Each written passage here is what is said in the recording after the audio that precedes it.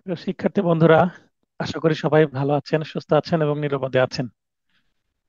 আজকে আমরা আলোচনা করব দেওয়ানি কার্যবিধির পাঠ 5, ধারা 96 থেকে 115 এবং পরবর্তী ধারাগুলো আমরা আলোচনা করব, অর্থাৎ পাঠ 6ও আজকে আলোচনা করব। আজকে ধারাগুলো শেষ হয়ে যাবে। আমরা পড়ছি আইন আদালত, বার এমসিকিউ, ফাউন্ডেশন নোট।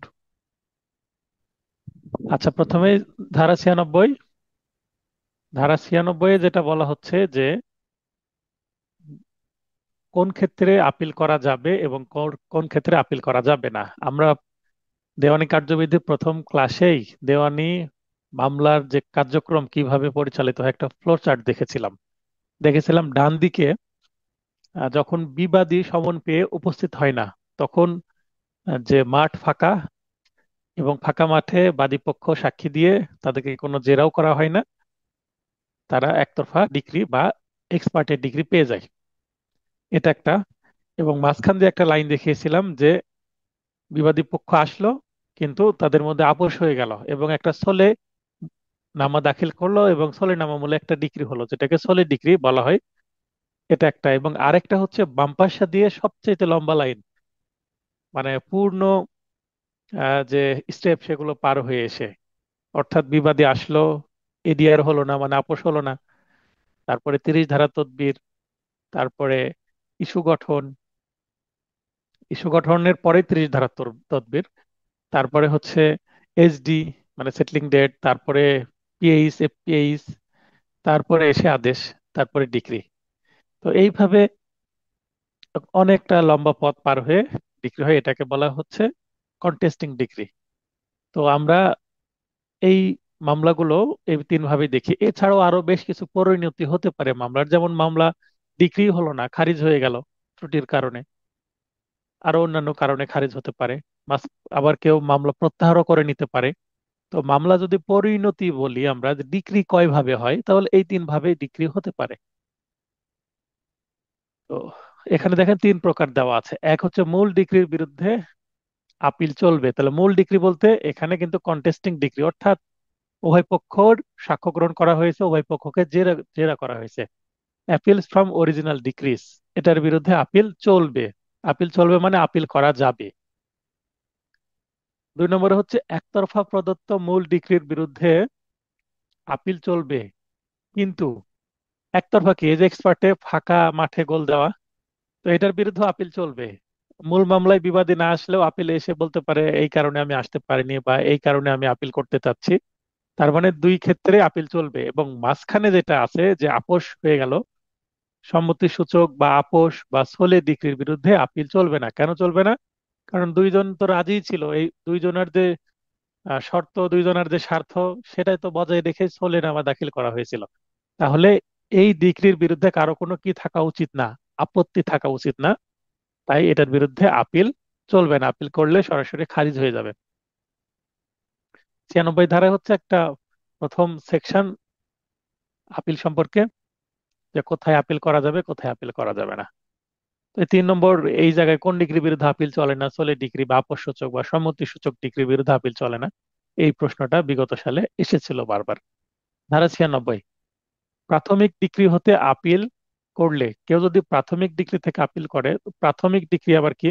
মনে করেন একটা মামলা রায় হয়, প্রথমে একটা প্রাথমিক ডিগ্রি দেওয়া হয়, এটা পার্মানেন্ট না, এরপরে আবার চূড়ান্ত ডিগ্রি পরে দেওয়া হয়।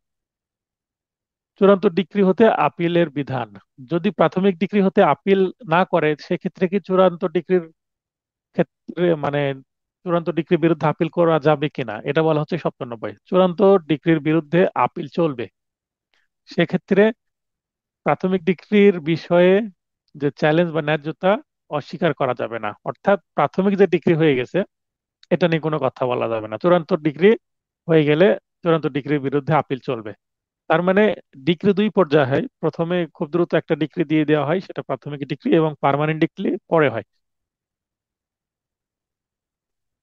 99, মোকদ্দমার ক্ষতি বা আদালতের এখতিয়ার ব্যাহত না হলে, মনে করেন যে এমন একটা মোকদ্দমা, সে মোকদ্দমার যদি ক্ষতি না হয় বা আদালতের যে এখতিয়ার, আপিল এখতিয়ার, সেটা যদি ব্যাহত না হয়, তাহলে আদালত আপিলে এসে কি করতে পারবেন?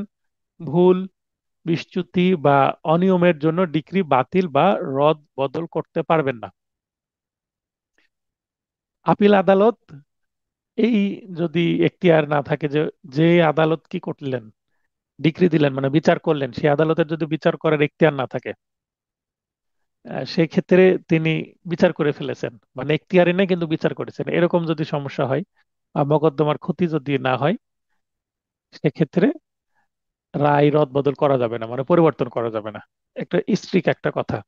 যদি মোকদ্দমার ক্ষতি হয় এবং আপিল আপিল আদালত দেখেন যে মূল যে মামলা, সেই মামলায় যে আদালত বিচার করেছে সে বিচারকের এখতিয়ার না থাকার কারণে সমস্যা সৃষ্টি হয়েছে, তখনই রদবদল করতে পারবে, মানে আপিল পরিবর্তন, আপিলে যে রায় পরিবর্তন করা যাবে, সংশোধন করা যাবে। ধারা 104, আদেশের বিরুদ্ধে আপিল। আমরা একটু আগে 99 পর্যন্ত ডিক্রির বিরুদ্ধে আপিল নিয়ে কথা বললাম। এবার আদেশের বিরুদ্ধে আপিল। আদেশ আর ডিক্রি কি আমরা জানি, আদেশ হচ্ছে ছোট একটা সিদ্ধান্ত আদালতের, আর ডিক্রি হচ্ছে বড় সিদ্ধান্ত, ফাইনাল সিদ্ধান্ত। আপিলযোগ্য আদেশসমূহ যদি হয়, সেক্ষেত্রে আপিলযোগ্য আদেশসমূহের বিরুদ্ধে আপিল করা যাবে। আর আপিল যোগ্য যদি না হয়, আপিল অযোগ্য হলে, আপিল কথা বা শব্দের মাধ্যমে বোঝা যাচ্ছে যে আপিল যোগ্য হলে সেটার বিরুদ্ধে আপিল করা যাবে, আর আপিল যোগ্য না হলে সেটার বিরুদ্ধে আপিল করা যাবে না। 35 ক ধারা, এখানে কি বলা হচ্ছে যে ক্ষতিপূরণ কম দেওয়া উচিত ছিল এই ধরনের অজুহাত ছাড়া, এবং 95 ধারায় প্রদত্ত আদেশ, এগুলো কিন্তু আপিলযোগ্য আদেশ। অর্থদণ্ড, গ্রেপ্তার বা আটক এর নির্দেশনামূলক বা নির্দেশমূলক আদেশ, যেগুলো জারি ছাড়া অন্যান্য ক্ষেত্রে এই ধরনের আদেশের বিরুদ্ধে আপিল চলবে। আপিলে স্পষ্ট অনুমতি আছে এমন বিধিমতে আদেশ, মানে আপিল করা যাবে, স্পষ্ট বিধান আছে, এই ধরনের আদেশের বিরুদ্ধেও আপিল চলবে। 104 ধারায় আপিলে প্রদত্ত আদেশের বিরুদ্ধে দ্বিতীয় আপিল চলবে না। খুব স্পষ্ট একটা কথা বলি, দেওয়ানি কার্যবিধিতে দ্বিতীয় আপিলের কোনো বিধান নাই। মনে করেন মামলা, মূল আদালত যেটা, সহকারী জজ বা সিনিয়র সহকারী জজ বা যুগ্ম জেলা জজ, এই তিনটা কোর্টের যে কোনো একটা কোর্টে বিচার হলো, এটার বিরুদ্ধে যদি কেউ আপিল করতে চায়, 5 লক্ষ টাকা, সরি 5 কোটি টাকার মধ্যে যদি হয়, তাহলে জেলা জজের কাছে আপিল করা যাবে। তো জেলা জজ আদালত আপিল শুনানি করলেন, শুনানি করার পর যদি সেখানে যে পক্ষ হেরে যাবে, সে যদি মনে করে যে আমি এটার বিরুদ্ধে আবার আপিল করব হাইকোর্টে, এটা করার বিধান নাই। তার মানে জেলা জজে যে আপিলটা হয়, এই আপিলের বিরুদ্ধে কি করা যায়, এই আপিলের বিরুদ্ধে রিভিশন করা যায় হাইকোর্টে। এটা মনে রাখবেন, জেলা জজের আপিল সিদ্ধান্তের বিরুদ্ধে হাইকোর্টে রিভিশন করা যায়, সেকেন্ড আপিল করা যায় না। মানে একবার জেলা জজে আপিল করলাম, আবার উল্টো আমি যে হাইকোর্টে আপিল করবে, এটা করার বিধান নেই। তাহলে যদি 5 কোটি টাকার বেশি মূল্যের মামলা হয়, 6 কোটি 7 কোটি টাকার মামলা, সেক্ষেত্রে ডিরেক্ট হাইকোর্টে আপিল করতে হবে। তাহলে হাইকোর্ট আপিলে যে সিদ্ধান্ত দিবে, সেই সিদ্ধান্তের বিরুদ্ধে আবার অ্যাপিলের ডিভিশনে আপিল করার সুযোগ নেই, রিভিশন করার সুযোগ আছে। তার মানে দেওয়ানিতে বা সিভিল মামলার ক্ষেত্রে সেকেন্ড অ্যাপিল বলে কোনো বিধান নাই, অ্যাপিল ওয়ান অ্যান্ড অনলি হবে। ধারা 7, আপিল আদালতের ক্ষমতা। একটা আপিল আদালত, সেটা জেলা জজ হোক বা হাইকোর্ট হোক বা অ্যাপিলের ডিভিশন হোক, তো সাধারণ কি ক্ষমতা আছে? বিধি দ্বারা শর্ত ও নিয়ন্ত্রণ সাপেক্ষে, বিধি আমরা পড়বো, আদেশও, বিধিসমূহ, যে অর্ডার অ্যান্ড রুলস, মানে আজকে তো ধারাগুলো শেষ হয়ে যাচ্ছে, আগামী শনিবারে যে ক্লাসটা হবে আমরা আদেশ থেকে শুরু করব, তার মধ্যে অনেকগুলো বিধি আছে। তো সেই দেওয়ানি কার্যবিধির সেই বিধি বা রুলস এর কথাই বলা হচ্ছে এখানে। চূড়ান্ত নিষ্পত্তির পরও পুনর্বিচার অর্থাৎ রিমান্ড। সিভিল মামলার ক্ষেত্রে রিমান্ড বলতে পুনরায় বিচারের জন্য নিম্ন আদালতে প্রেরণ করা, যে আদালতে অলরেডি বিচার একবার হয়েছে, আবার বিচার করেন। আপিল আদালত বলল যে আপনার বিচার সঠিক হয়নি, আপনি এইভাবে এইভাবে কিছু নির্দেশনা দিলেন, আপনি এইভাবে এটার আবার বিচার করেন। হয়তোবা আপিল আদালতে গিয়ে যিনি আপিল করেছেন বলছেন যে আমাদের শুনানির সুযোগ দেয়নি ঠিকভাবে, বা আমাদের কাগজপত্র জমা দেওয়ার সুযোগ দেয়নি, নানান কারণ দেখাচ্ছেন।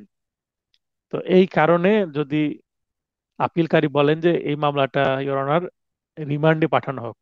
এর অর্থ হচ্ছে যে আদালতে কিছুদিন আগেই বিচার হলো সেই আদালতে আবার মামলাটা বিচারের জন্য পাঠানো হোক। এটাকেই বলে রিমান্ড বা পুনর্বিচার।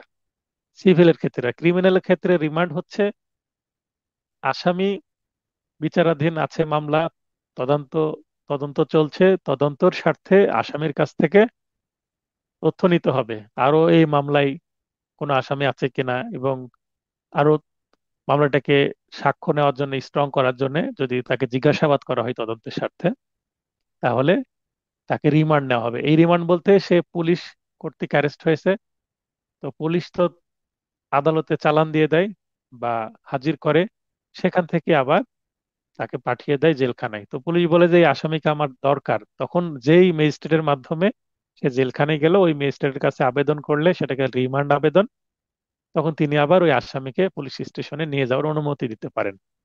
That is remand for criminal cases. তো একটু রিমান্ডের পার্থক্য বুঝিয়ে দিলাম দুই ক্ষেত্রে, যেন কমন সেন্সে বলতে পারেন, ভাইভাতে কাজে লাগে এগুলো। আচ্ছা, তাহলে চূড়ান্ত নিষ্পত্তির পর মানে মামলা একবার নিষ্পত্তি হয়ে গেছে, আবার বিচারের জন্য বা পুনর্বিচারের জন্য রিমান্ডে প্রেরণ করতে পারেন, বিচারিক আদালতে প্রেরণ করবেন, মানে যে আদালত অলরেডি বিচার করেছে। বিচার্য বিষয় বা ইস্যু গঠন ও বিচারের জন্য বিচারিক আদালতে প্রেরণ করতে পারবেন। তাহলে ইস্যু গঠন হয়তো বা সঠিক হয়নি। ইস্যু গঠন যদি সঠিক না হয় তাহলে সাক্ষ্য প্রমাণগুলো ইস্যু গঠন অনুসারে যেহেতু হয়, সঠিক হবে না। তাই ইস্যু গঠন করে দিবে যে আপনার ইস্যু গঠন সঠিক হয়নি, নিম্ন আদালতের এইভাবে ইস্যু গঠন করতে হবে, আমি ইস্যু গঠন করে দিলাম, এবার আপনি বিচার করেন সঠিকভাবে ইস্যু গঠন, এবং এই ইস্যুগুলোর উপরে স্বাক্ষর প্রমাণ নেওয়ার চেষ্টা করেন। এরপরে অতিরিক্ত সাক্ষী বা অ্যাডিশনাল এভিডেন্স গ্রহণ বা তলব করতে পারেন। 2023 সালে আপিল আদালতের ক্ষমতা কি কি এগুলো এসেছিল, তার মধ্যে ছিল কোনটি আপিল আদালতের ক্ষমতা নয় বা কোনটি আপিল আদালতের ক্ষমতা, এই টাইপের আমরা যদি প্রশ্ন দেখি 107 ধারা থেকে 23 সালে অতিরিক্ত বা অ্যাডিশনাল এভিডেন্স এগুলো নিয়ে প্রশ্ন ছিল। তো এই 107 ধারায় দেখেন তিনটা কাজ করতে পারছেন: রিমান্ডে পাঠানো, ইস্যু গঠন করে রিমান্ডে পাঠানো, এবং অতিরিক্ত সাক্ষ্য নিতে পারে। আপিল আদালতও কিন্তু সাক্ষ্য নিতে পারে, অতিরিক্ত গ্রহণও করতে পারে, আবার আগের সাক্ষীকে তলব করতে পারে, মানে রিকল করা যেটা। 109 সুপ্রিম কোর্টের আপিল বিভাগে আপিল দায়েরের বিধান। সুপ্রিম কোর্টের দুইটা ব্রাঞ্চ আছে বা দুইটা হাত, একটা হচ্ছে বড় হাত আপিল বিভাগ, আরেকটা হচ্ছে ছোট হাত হাইকোর্ট বিভাগ। তার মানে হাইকোর্ট বিভাগ এবং আপিল বিভাগ এই দুইটা বিভাগ নিয়ে কিন্তু সুপ্রিম কোর্ট। এখন সুপ্রিম কোর্ট যদি বলা হয় তাহলে হাইকোর্টকেও কিন্তু সুপ্রিম কোর্ট বলা হবে, আবার আপিল আপিল বিভাগকেও কিন্তু সুপ্রিম কোর্ট বলা হবে। তাহলে এই যে আপিল বিভাগ, আপিল বিভাগে কিভাবে আপিল দায়ের করতে হবে? যে ক্ষেত্রে আপিল বিভাগে আপিল দায়ের করা যাবে, এক, হাইকোর্ট বিভাগ বা চূড়ান্ত আপিল এখতিয়ার সম্পন্ন কোনো আদালত প্রদত্ত রায়, ডিক্রি বা চূড়ান্ত আদেশের বিরুদ্ধে কি করা যাবে? আপিল বিভাগে আপিল করা যাবে। এখানে 109 ধারায় বলে দিচ্ছে হাইকোর্ট বিভাগ কর্তৃক মূল দেওয়ানি এখতিয়ার প্রয়োগকালে প্রদত্ত রায়, ডিক্রি বা চূড়ান্ত আদেশের বিরুদ্ধে আপিল, মানে হাইকোর্ট বিভাগে যেটা বিচার হয়েছে ডিরেক্ট, কিছু কিছু মামলা আছে না ডিরেক্ট হাইকোর্ট বিভাগে বিচার হয়, যেমন রিট, কোন রিট পিটিশন কিন্তু ডিরেক্ট হাইকোর্টে দায়ের করতে হয়, নিম্ন আদালতে রিট দায়ের করার কোনো সুযোগই নাই। তো হাইকোর্ট কোনো রিট শোনার পর যে সিদ্ধান্ত দিবেন, যে রুল জারি করবেন, সেটার বিরুদ্ধে কোথায় যেতে হবে? অ্যাপিলেট ডিভিশনে। হাইকোর্টের উপরে তো অ্যাপিলেট ডিভিশনে আছে। বাংলাদেশে অ্যাপিলেট ডিভিশনের উপরে কোনো কি নাই, কোর্ট নাই। যখন ব্রিটিশরা শাসন করত বাংলাদেশ, পাকিস্তান, ভারত, মানে ইন্ডিয়ান সাবকন্টিনেন্ট, ভারত উপমহাদেশ যখন এক ছিল, তখন এই সুপ্রিম কোর্টের উপরেও আরেকটা কোর্ট ছিল, সেটা হচ্ছে ইংল্যান্ডের প্রিভি কাউন্সিল। তখন এই অ্যাপিলেট ডিভিশনের উপরে প্রিভি কাউন্সিলেও যাওয়ার সুযোগ ছিল, এবং ওই সময় এমন এমন কিছু মামলা আছে যেগুলো ইন্ডিয়াতে, মানে ভারতীয় উপমহাদেশে বিচার হওয়ার পরে সুপ্রিম কোর্ট পর্যন্ত গড়িয়েছে, সেখানেও সিদ্ধান্তের বিরুদ্ধে মানুষ কোথায় গিয়েছে? প্রিভি কাউন্সিলে গেছে। এই ধরনের বেশ কিছু মামলার নজির আছে। আপিল বিধানের ও এখন কিন্তু আমাদের প্রিভি কাউন্সিলের যাওয়ার সুযোগ নেই, হাইকোর্টের সিদ্ধান্তই চূড়ান্ত, যদি সেটা মানে দেশীয় আইনের ক্ষেত্রে হয়, দেশীয় আইনের কোনো বিষয় হয়। আর এমনিতেই যদি ইন্টারন্যাশনাল কোনো সমস্যা হয়, যেমন একটা দেশের সাথে আরেকটা দেশের, সেই ক্ষেত্রে তো ইন্টারন্যাশনাল কোর্ট আছেই, আইসিসি আছে, আইসিজে আছে। আপিল বিধানের নিকট সুপারিশ করা, হ্যাঁ, আপিল বিভাগের নিকট, এখানে বিভাগ হবে, আপিল বিভাগের নিকট সুপারিশ করা হলে তদরূপ রায়, ডিক্রি বা চূড়ান্ত আদেশের বিরুদ্ধে কি করা যাবে? আপিল বিভাগে আপিল করা যাবে। 110, বিষয়বস্তুর মূল্য 2000 টাকা বা তদূর্ধ্ব, এই বিষয়টি একটি আইনগত বড় প্রশ্ন। অর্থাৎ যদি 20,000 টাকার কম মূল্যের মামলা হয়, এটা খুবই ছোট এবং পেটি কেস বলা হবে। এবং 20,000 টাকার বড় হলেই সেটা একটা আইনগত বড় প্রশ্ন, তাই এটাকে গুরুত্বের সাথে দেখতে হবে। মানে এটা বড় কেস ধরা হবে 20,000 টাকার মূল্যের যদি হয়। এরপর আমরা পড়বো 111। 111তে বলা হচ্ছে, হ্যাঁ 111, 111তে বলা হচ্ছে কতিপয় আপিলের ব্যাপারে বিধিনিষেধ। মানে যেগুলোর আপিল যোগ্য নয়, যেগুলোর বিরুদ্ধে আপিল করা যাবে না, যেমন হাইকোর্ট বিভাগের একজন বিচারপতি প্রদত্ত ডিক্রি বা আদেশ, হাইকোর্টে একজন বিচারপতি ডিক্রি দিয়েছেন এবং আদেশ দিয়েছেন, তার বিরুদ্ধে আপিল করা যাবে না। ডিভিশন আদালতের, হাইকোর্টে কিন্তু ডিভিশন কোর্ট থাকে, হ্যাঁ, তো ডিভিশন কোর্ট বা ডিভিশন বেঞ্চ বলা হয়। তো ডিভিশন বেঞ্চ বা আদালতের একজন বিচারপতি প্রদত্ত ডিক্রি বা আদেশের বিরুদ্ধে আপিল চলবে না। এবং হাইকোর্ট বিভাগ বা ডিভিশন আদালতের দুই বা ততোধিক বিচারপতি যে রায় দিবেন, সেটার বিরুদ্ধেও আপিল চলবে না। এই তিনটা ক্ষেত্রে আপিল চলে না। 112, সংরক্ষণ বা ব্যতিক্রম। আমরা প্রতিটা আইনে সংরক্ষণ শব্দটা পাচ্ছি, সেভিংস। যেমন তামাদি আইনের 29 ধারা, তারপরে সুনির্দিষ্ট প্রতিকার আইনের মেবি 4 ধারায় ছিল এটা, তিনটি ক্ষেত্রে। তো এখানে আমরা দেওয়ানি কার্যবিধিতেও সংরক্ষণ বা সেভিংস পাচ্ছি, অর্থাৎ কোন ক্ষেত্রে দেওয়ানি কার্যবিধির যে নিয়ম কানুন বা বিধান, সেটা প্রযোজ্য নয়। যেগুলোকে দেওয়ানি কার্যবিধি প্রভাবিত করবে না, অর্থাৎ দেওয়ানি কার্যবিধির ঊর্ধ্বে যেগুলো। সংবিধানের 103 নং অনুচ্ছেদের বিধানকে দেওয়ানি কার্যবিধি প্রভাবিত করবে না, অর্থাৎ 103 এবং দেওয়ানি কার্যবিধির মধ্যে যদি কোনো কি দেখা দেয়, বিপরীত বিধান দেখা দেয়, মানে সাংঘর্ষিক কোনো বিষয় আসে, তখন সংবিধানের 103 ধারার যে বিধান, 103 অনুচ্ছেদের যে বিধান, সেটাই প্রায়োরিটি পাবে, মানে সেটাকেই ধরে নিতে হবে।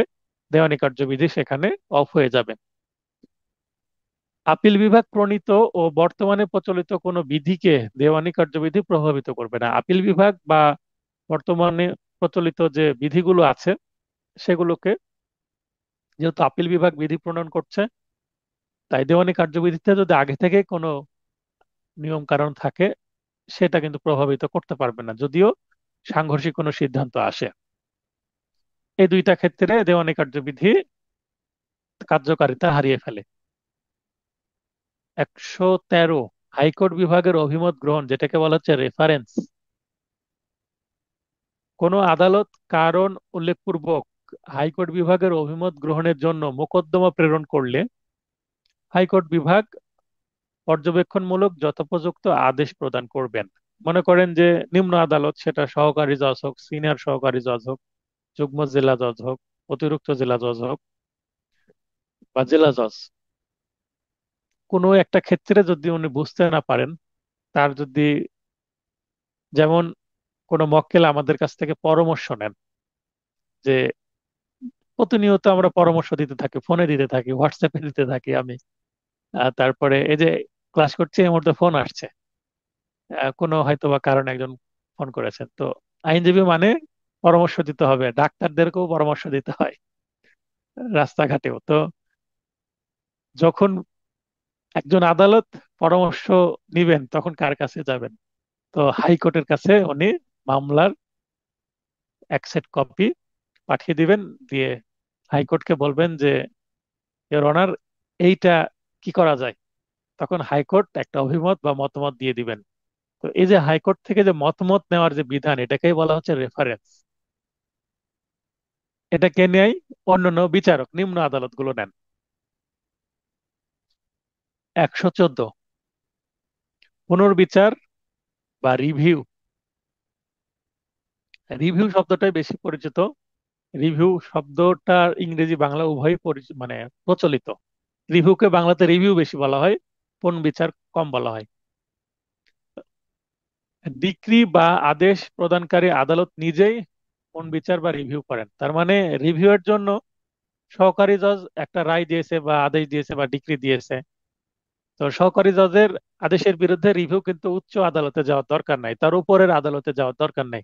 ওই আদালতে বলতে হবে যে ইওর অনার, আপনি তো রায় দিলেন বা ডিক্রি দিলেন, তো একটু যদি আরেকবার দেখতেন পুনরায়, একটু রিভিউ করতেন নিজের সিদ্ধান্তটা, আবেদন করা যায়, দিয়ে যদি একটু সংশোধন করা যেত। অর্থাৎ যে আদালত আদেশ বা ডিক্রি দিবেন সেই আদালতে রিভিউ করবেন। যে ডিক্রি বা আদেশের বিরুদ্ধে আপিল চলে কিন্তু করা হয়নি, সেক্ষেত্রে রিভিউ দায়ের করা যাবে। মনে করেন আপিল এর ছোট ভাই হচ্ছে রিভিউ, এটা মনে রাখেন, আপিলের ছোট ভাই রিভিউ। বড় ভাইকে যদি দাওয়াত দেওয়া হয়, তো বড় ভাই যদি দাওয়াতে না যায়, অনেক সময় ছোট ভাই চলে যায় বড় ভাইয়ের পরিবর্তে, মানে একই বংশীয় বা একই গোত্রীয় ধরে নিতে পারে। তো আপনারা পাশে লিখতে পারেন যে অ্যাপিল, তার নিচে লিখতে পারেন রিভিউ, এখানে এই সাইডে, ডান সাইডে। কারণ যেখানে আপিল করা হবে না, আপিল করা যায় কিন্তু আপিল করা হবে না, সেখানে কিন্তু রিভিউ করা যাবে। আবার যে ডিক্রি বা আদেশের বিরুদ্ধে আপিল চলে না, অর্থাৎ আপিল অযোগ্য, সেক্ষেত্রে কিন্তু রিভিউ দায়ের করা যাবে। অর্থাৎ রিভিউ সব ক্ষেত্রেই করা যায়, আপিল যোগ্য আপিল অযোগ্যর ক্ষেত্রেও। অল্প এখতিয়ার সম্পন্ন আদালতের রেফারেন্সে সংক্ষুব্ধ ব্যক্তি রিভিউ দায়ের করতে পারবেন। এর আগে আমরা দেখলাম না যে সোলেনামা দেওয়ার ফলে সোলে ডিক্রির বিরুদ্ধে আপিল চলবে না, তো সোলে ডিক্রির বিরুদ্ধে আপিল না চললেও কি চলবে, রিভিউ চলবে, মানে ধরে নিতে পারে রিভিউ সব ক্ষেত্রেই চলে। 115, খুবই গুরুত্বপূর্ণ, 115 থেকে অনেক প্রশ্ন আসে। পুনরীক্ষণ বা রিভিশন। যে ক্ষেত্রে রিভিশন দায়ের করা যায়, আমরা আপিল পড়লাম, রেফারেন্স পড়লাম, রিভিউ পড়লাম, এবার পড়ছি রিভিশন। এগুলো সবই কি second decision, for the second decision. মামলা করা হয়, প্রথমে যে রায় বা ডিক্রি দিল সেটা হচ্ছে first decision of the court, মানে আদালতের প্রথম সিদ্ধান্ত। এই প্রথম সিদ্ধান্ত পছন্দ হলো না, তখন আমরা সেকেন্ড সিদ্ধান্তের জন্য কি করি, আপিল করি, রিভিউ করি বা রিভিশন করি। তো আপিলে বিধান আমরা জানলাম, রিভিউর বিধান জানলাম, রিভিশন একটা বিধান সেটার মতোই। তো সেকেন্ড ডিসিশনের জন্য মানে প্রথম আদালত মানে নিম্ন আদালতের ডিসিশন পছন্দ হয়নি, আবার আমরা উচ্চ আদালতে আপিল বা রিভিশনের মাধ্যমে ডিসিশন নিতে পারি। আর রিভিউ তো ওই আদালতকে অনুরোধ করা, আবার দেখা। কারণ বা হেতুবাদ বা গ্রাউন্ডস, রিভিশন করার কারণগুলো কি কি, কোন কোন ক্ষেত্রে রিভিশন করা যায়, মানে রিভিশন করার গ্রাউন্ডস। আপনি যখন একটা রিভিশন ফাইলিং করবেন, আদালতে হোক বা পরীক্ষায়, রিটেন পরীক্ষায় রিভিশন এর ড্রাফটিং আসতে পারে, তো কি কি গ্রাউন্ডস এর রিভিশন দায়ের করা যায় সেটা আমরা দেখে নিই। হেতুবাদ যেটা বলা হয়, যে ডিক্রি বা আদেশের বিরুদ্ধে আপিল চলে না, মানে আপিল অযোগ্য, সেখানে কিন্তু রিভিশন দায়ের করা যাবে। আপিল যোগ্য হলে সেখানে রিভিশন করা যাবে না। মনে করেন যে আপিল আর রিভিশন হচ্ছে সাপে নিউলের মতন, অর্থাৎ যেই পথ দিয়ে আপিল যায় সেই পথ দিয়ে কখনো রিভিশন যেতে পারবে না। দুইজনের পথ সম্পূর্ণ আলাদা। এর আগে আমরা দেখলাম যে যেখানে আপিল করা যায় সেখানে রিভিউ করা যায়, যেখানে আপিল করা যায় না সেখানেও রিভিউ করা যায়। তার মানে রিভিউ এর সবার সাথে সম্পর্ক, রিভিশনের সাথেও আপিলের সাথেও। কিন্তু আপিল যেখানে যেই পথ দিয়ে আপিল যাবে, এতটুকু যদি মনে রাখতে পারেন অথবা নোট নেন, যে যেই পথ দিয়ে আপিল যায় সেই পথ দিয়ে রিভিশন যেতে পারে না। তার মানে আপিল আর রিভিশনের পথ সম্পূর্ণ আলাদা। তাহলে যেটা আপিল অযোগ্য ডিক্রি বা আদেশ, সেটার ক্ষেত্রেই শুধুমাত্র রিভিশন করা যায়। নিম্ন আদালতে আইনগত ভুলের দরুন, মানে আইনগত কোনো ভুল করে ফেলেছে, যেমন মনে করেন যে এডিআর এর কোনো স্টেপ রাখেনি, রিটেন স্টেটমেন্ট জবাব দিয়েছে বিবাদী পক্ষ, সঙ্গে সঙ্গে মামলাটা পিএসএ নিয়ে চলে গেছে, বাদী পক্ষ হয়তো বা প্রভাবিত করেছে দ্রুত মামলা শেষ করার জন্য মাঝখানের স্টেপ গুলো স্কিপ করেছে, লাভ জাম্প করা হয়েছে। তো এই ধরনের যদি স্কিপ করা হয় এটা হচ্ছে আইনগত ভুল। মানে প্রপার স্টেপ মেনটেন করে মামলা আগাতে হবে। তাছাড়া সমন জারি হয়নি, সমন জারি না হতেই মামলাটা অগ্রসর হয়ে চলে গেছে। সমন জারি না হওয়া পর্যন্ত এই মামলা কখনো কি করা যায় না, জবাব দাখিলের জন্য স্টেপে যায় না। যে কোনো ভাবে হোক সমন জারি করতেই হবে, কারণ বিবাদীকে না জানিয়ে মামলা অগ্রসর হওয়া যায় না। তো যদি সমন জারি প্রপারলি না হয়, সমন জারিতে কোনো প্রতারণা থাকে, ভুল থাকে, ত্রুটি থাকে, তাহলেও এটা একটা রিভিশনের কারণ হতে পারে। ডিক্রি বা আদেশে ভুল হলে, কোনো ডিক্রি বা আদেশে ভুল হয়েছে, সেক্ষেত্রে রিভিশন দায়ের করা যাবে। উক্ত ভুলের দরুন ন্যায় বিচার যদি ব্যাহত হয়, তাহলেও রিভিশন দায়ের করা যাবে। সরাসরি রিভিশন দায়ের করা না গেলে হাইকোর্টে লিভ টু রিভিশন বা রিভিশন দায়েরের অনুমতি প্রার্থনা করা যাবে। মনে করেন যে এমন একটা সিচুয়েশন যে এই ক্ষেত্রে রিভিশন দায়ের করা যায় না, সেক্ষেত্রে কেউ যদি বলে যে আমি এই ক্ষেত্রেও রিভিশন দায়ের করতে চাই, ওকে, তাকে জেলা জজে যাওয়ার সুযোগ নেই। সরাসরি কোথায় যেতে হবে? হাইকোর্টে। হাইকোর্টে যে বলতে হবে যে সরাসরি তো করতে পারছি না ইওর অনার রিভিশন, তো লিভ টু রিভিশন। তো লিভ টু রিভিশন মানে নিজ দিয়ে ইংরেজির নিচে, না আমি বাংলা অবশ্যই লিখে দিয়েছি, বা রিভিশন দায়ের করার অনুমতি প্রার্থনা করতে হবে, একটা দরখাস্ত দিতে হবে ইওর অনার এই বিষয় আমি একটা রিভিশন দায়ের করতে চাচ্ছি, তো মহামান্য হাইকোর্ট আপনি এই রিভিশন দায়ের করার অনুমতিটা দেন। অনুমতি দিলে তারপরে রিভিশন দায়ের করা যাবে। তো রিভিশন দায়ের করার নিয়ম কারণ বা হেতুবাদ দেখে নিলাম। এবার কিছু তথ্য দিই। যে জেলা জজ আদালত রিভিশন আমলে গ্রহণপূর্বক, মানে জেলা জজ আদালতে রিভিশন দায়ের করা যায়। তো ফাইলিং করা হলে রিভিশন জেলা জজ আদালত সেটা গ্রহণ করবেন, মানে অ্যাডমিট করবেন। অ্যাডমিট করার পরে অতিরিক্ত জেলা জজ আদালতের নিকট হস্তান্তর বা বদলি করতে পারবেন। তো জেলা জজ নিজেও রিভিশন হিয়ারিং শুনতে পারেন, অথবা ওনার চাপ বেশি হয়ে গেলে কি করতে পারেন, অতিরিক্ত যে জেলা জজ আছে, অ্যাডিশনাল ডিস্ট্রিক্ট জাজ, তাদের কাছে বদলি করে দিতে পারেন। কি করার জন্য? যে আমার কাছে অনেক জমে গেছে, এই রিভিশন গুলো আপনি কি করেন, হিয়ারিং করেন, মানে শুনে নেন। তাহলে উভয় পক্ষ হিয়ারিং করে। আর তখন রিভিশন শুনানি হওয়ার পরে তখন অতিরিক্ত জেলা জজ কি করবেন সিদ্ধান্ত দিবেন। তাহলে অতিরিক্ত জেলা জজ সরাসরি রিভিশনও নিতে পারেন না, আপিল নিতে পারেন না, সরাসরি মামলাও নিতে পারেন না, জাস্ট জেলা জজের দিকে তাকিয়ে থাকেন। যেমন চাতক পাখি আকাশের দিকে তাকিয়ে থাকে বৃষ্টির পানি পান করার জন্য, অন্য কোনো জলাশয়ের পানি পান করে না, শুধুমাত্র বৃষ্টির পানি পান করে চাতক পাখি। তো এই অতিরিক্ত জেলা জজ অন্য কোনো ভাবে মামলা নিতে পারেন না। যদি জেলা জজ তার কাছে মামলা বদলি করে বা ট্রান্সফার বা হস্তান্তর করে, সেক্ষেত্রেই তিনি মামলা পাবেন। তার মানে অতিরিক্ত জেলা জজের কি নাই, কোনো অরিজিনাল জুরিসডিকশন নাই, মানে আদি এখতিয়ার নাই, তার কাছে সরাসরি কোনো মামলা যায় না, বদলি হয়েই সবসময় মামলা যায়। এই পয়েন্টটা মনে রাখবেন। দেওয়ানিতে দ্বিতীয় আপিলের বিধান নেই, একটু আগে আমি বলে দিয়েছি, কিন্তু ফৌজদারিতে আছে। যেমন খালাস ও অপর্যাপ্ত দণ্ডের বিরুদ্ধে কেউ যদি আপিল করতে চায় তাহলে সেকেন্ড আপিল করা যাবে। একজন খালাস হয়েছে, আপিলে গিয়েও আবার যদি খালাস হয়, তাহলে ওটার বিরুদ্ধে আবার সেকেন্ড আপিল করা যাবে। কেউ যদি অপর্যাপ্ত দণ্ড, অর্থাৎ আমি চাচ্ছিলাম যে এর 7-8 বছর, 7 বছর বা 10 বছরের জেল হবে, কিন্তু মাত্র দিল 1 বছরের জেল, আমি সন্তুষ্ট হলাম না বাদী হয়ে, তখন চলে গেলাম আপিল আদালতে, দায়রা জজে। দায়রা জজের কাছে আপিল করলাম, দায়রা জজে বিচার করার পর দায়রা জজ ওই অপর্যাপ্তই রাখলো, 1 বছর থেকে বড় জজ 2 বছর করলো। আমার তাও পছন্দ হলো না, আমি আরো সাজা বাড়াতে চাচ্ছি। সেক্ষেত্রে আবার হাইকোর্টে আবার আপিল করা যাবে। এটা ক্রিমিনালের ক্ষেত্রেও বলছি। সিভিল এর ক্ষেত্রে সেকেন্ড আপিল নেই, কিন্তু ক্রিমিনালের ক্ষেত্রে সেকেন্ড আপিল আছে শুধুমাত্র দুইটা ক্ষেত্রে, একটা হচ্ছে খালাস এবং অপর্যাপ্ত দণ্ডের বিরুদ্ধে আপিল। যেহেতু দুইটা পাশাপাশি জিনিস, তাই পাশাপাশি রাখলাম আপনাদের ক্লিয়ার হওয়ার জন্য। কারণ কনসেপ্ট যদি ক্লিয়ার না হন, সিভিল ক্রিমিনালের সামান্য পার্থক্য আছে কিছু কিছু জায়গায়, তাহলে কিন্তু আপনারা বুঝতে পারবেন না। নাহলে বলবেন যে স্যার আপনি তো বললেন দ্বিতীয় আপিলের বিধান নাই, কিন্তু যখন সিআরপিসি পড়বো সেখানে দ্বিতীয় আপিল দেখবেন, তখন আবার কনফিউশন তৈরি হবে। তাই আগে থেকে আপনাদের ব্রেনটাকে প্রিপেয়ার করার চেষ্টা করছি। কারণ সিআরপিসি, সিপিসি, সবাই বলে সিপিসি কঠিন, তা আমার কাছে সিআরপিসি বেশি কঠিন মনে হয়, কারণ সিআরপিসি সবচেয়ে বড় আইন। তাই সিপিসিটাই আমি আগে রেখেছি, যেন সিআরপিসির জন্য আপনি রেডি হতে পারেন। এবং কিছু কিছু তথ্য দিয়ে দিচ্ছি সিআরপিসির। দেওয়ানিতে হাইকোর্টের অনুমতি সাপেক্ষে দ্বিতীয় রিভিশনের বিধান আছে ধারা 15(4)-এ, অর্থাৎ হাইকোর্টে কিন্তু সেকেন্ড রিভিশন করা যাবে। আবার উল্টো দিকে কিন্তু ফৌজদারিতে সেকেন্ড রিভিশনের কোনো বিধান নাই, মানে ফৌজদারিতে রিভিশন একটাই।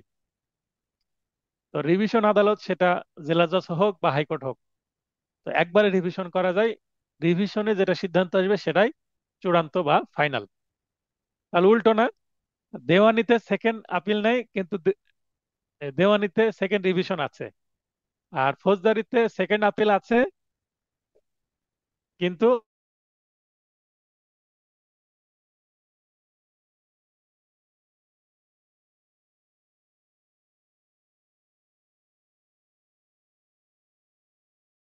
রিভিউ এর কোনো বিধানই নাই। ফৌজদারিতে আপিল আছে, রিভিশন আছে, কিন্তু কি নাই, রিভিউ নাই। এগুলো কিন্তু বেসিক ডিস্টিংগুইশমেন্ট বা difference between civil and criminal court system বা প্রসিডিউর। তো দুইটা প্রসিডিউরের মধ্যে বেসিক পার্থক্য এটা। কামরুজ্জামান ভাই হাত উত্তোলন করেছেন, কথা বলতে চাচ্ছেন মনে হয়। ভাই লাইন অন অন হয়েছে, কথা বলেন। আসসালামু আলাইকুম স্যার। হ্যাঁ, ওয়ালাইকুম আসসালাম। স্যার আমরা এখন যে ধারাটা পড়ছি এটা তো 115 পুনরীক্ষণ বা রিভিশন, তাই তো স্যার? হুম হুম। হ্যাঁ। তো স্যার একদম একদম নিচের যে স্যার পয়েন্টটা, দেওয়ানিতে রিভিউ এর বিধান আছে কিন্তু ফৌজদারিতে নেই, স্যার এটা কি রিভিউ হবে না রিভিশন হবে স্যার? দেওয়ানিতে রিভিউ এর বিধান আছে কিন্তু ফৌজদারিতে নেই। আচ্ছা, আপনার 115 ধারার যে বিধান সেটা 1, 2, 3 এই চারটা পয়েন্টে শেষ হয়ে গেছে। হ্যাঁ। আচ্ছা আচ্ছা আচ্ছা, বাকি যেগুলো আর পড়াচ্ছেন এই সেটা। এই যে বাকি যে আচ্ছা যে বাকি যে হ্যাশ চিহ্ন দিয়ে আমি যেগুলো শেখাচ্ছি এগুলো বোনাস দিচ্ছে আপনাদেরকে। আচ্ছা কারণ আচ্ছা, ঠিক আছে। 115 ধারা দেওয়ানি কার্যবিধির মধ্যে তো ফৌজদারি আইনের কথাটা থাকার কথা না, তাই না? জি জি। আপনাদের আর স্যার আপনাদেরকে ফৌজদারিতে নেই, ফৌজদারিতে কি একেবারেই নেই স্যার? দেওয়ানিতে কি নেই? রিভিউ এর বিধান আছে কিন্তু ফৌজদারিতে নেই। না, রিভিউ। ফৌজদারি মামলার ক্ষেত্রে রিভিউ করাই যায় না। রিভিউ অনলি আচ্ছা ফর ঠিক দ্য আছে। দেওয়ানি শুট, মানে জি সিভিল স্যার, শুটের ক্ষেত্রে করা জি যায়। স্যার। তাহলে জি ঠিক আপনি আছে, আমি এতটুকু একশো বুঝেছি স্যার। পনেরো একশো 115 পড়ানোর পরে যে চারটা তথ্য দিলাম, এই চারটা জি। তথ্য জানার জন্য, হ্যাঁ, এই চারটা তথ্য জানার জন্য কোর্টে অনেকে 5 বছর প্র্যাকটিস করার পরেও স্পষ্ট এই চারটা তথ্য জানতে পারে না। বুঝতে এটা পেরেছেন? খুব ভালো হয়েছে স্যার। জি স্যার, জি স্যার। আমি যে এখানে চারটা তথ্য দিয়ে দিলাম, একটা ক্লিয়ার আপনাকে পরিষ্কার একটা ধারণা দিয়ে দিলাম রিভিউ, রিভিশন এবং অ্যাপিলের ক্ষেত্রে। হ্যাঁ। জি জি স্যার। যেমন একজন অ্যাডভোকেট 22 সাল অ্যাডভোকেট হয়েছে, আমার স্টুডেন্ট, সে প্র্যাকটিস করছে। কিছুদিন আগে আমাকে ফোন দিয়েছে, ওনার নিজের মামলা, মানে ওনার ফ্যামিলির মামলা, এবং ওনার সিনিয়রও আছে। তো ঘটনাটা এরকম, আমি এই বিধানগুলো কেন যুক্ত করেছি সেটার শানে নজুল মানে ব্যাকগ্রাউন্ড জানাচ্ছি। শানে নজুল বোঝেন তো, মানে ঘটনার জি স্যার, পেছনের জি ঘটনা স্যার। কি, ব্যাকগ্রাউন্ড। জি আরবি স্যার। ভাষায় শানে নজুল বলে, আর ইংরেজিতে হচ্ছে ব্যাকগ্রাউন্ড। জি। তো তো আমার একজন ফেভারিট স্টুডেন্ট এবং তুখোর মেধাবী স্টুডেন্ট, উনি অ্যাডভোকেট হয়ে গেছেন 22 সালে। তো আমাকে ফোন করে বলছে, স্যার, আমাদের মামলায় তো আমরা জেলা জজের কাছে হেরে গেলাম, আপিলেও হেরে গেলাম, মূল আদালতে হেরে গেছে, আপিলেও হেরে গেছে। তো আমরা এখন আচ্ছা নকল নিলাম স্যার, আমরা আবার হাইকোর্টে আপিল করব। আমি বললাম, এটা কি মামলা? সিভিল মামলা। তা সিভিল মামলা হাইকোর্টে কিভাবে আপিল করবেন? তো বলছে, সিনিয়র যে আপিল রেডি করছেন। তা বললাম, না, আপনি ভুল দেখছেন, সিনিয়রকে ফোন করে জিজ্ঞাসা করেন, উনি আপিল রেডি করছেন না, উনি রিভিশন রেডি করছেন। জেলা জজের আপিলের বিরুদ্ধে হাইকোর্টে রিভিশন রেডি করছেন। তো না স্যার, হাইকোর্টে কি করা যায় না, আপিল করা যায় না? তো হ্যাঁ, যায়, সরাসরি করা যেত 5 কোটি টাকার উপরে হলে। 5 কোটি টাকার যেহেতু নিচে, তাহলে জেলা জজ আপিল হয়েছে, এটার বিরুদ্ধে হাইকোর্টে রিভিশন হবে।